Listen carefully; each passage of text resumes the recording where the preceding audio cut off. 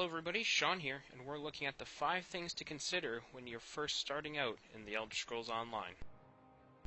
The first thing to consider is actually the most important. What race and class are you going to play for the entirety of the game? Your decision's going to stick with you the whole time, so you definitely want to do a little bit of background research before you jump in. Each race has their own unique racial traits that set them apart from one another, and of course the 4 classes are very distinct, offering different playstyles for whichever one you choose. So again, going in, make sure you do a little research so that you can best find a race that fits you and a class that fits you. Tip number 2 is to listen to what NPCs actually have to say. A lot of people tend to just skip through this stuff, but the Elder Scrolls Online is very, very story driven. There's a ton of content out there for you to read or listen to, and you just have to make sure you're actually taking the time to do so. Quests are often quite funny.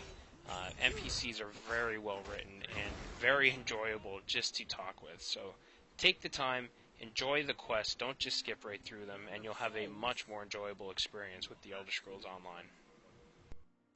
Collecting everything you find is not new to Elder Scrolls players, but it is something you should really prioritize in Elder Scrolls Online. Money is not easy to come by when you're first starting out, and one of the best ways to make a quick buck is to sell off a bunch of resources that you have collected while on your adventures. Ores, timber, all of it's worth money. Pick it up, sell it later, profit.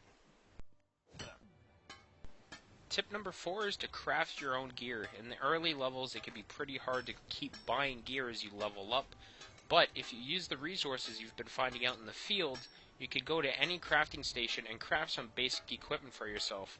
It's a great way to keep your character geared up and always equipped with the best items, while still eventually selling those items later to get some gold and fill your wallets. The last big tip we can give you is about your skills. There are a lot more skills than there will be skill points, so it pays to plan ahead. Take a look at what you have available to you and what you want to specialize in. Of course, you can put points into all of those things, but then you will fall into the trap of being a jack of all trades character and a master of none. So plan ahead, look at what skills entice you, and then work towards them while eliminating ones that don't interest you or don't seem like they would fit with the kind of character you want to be. But that is it. I hope these 5 tips helped you. I thank you for watching, and we'll see everyone next time.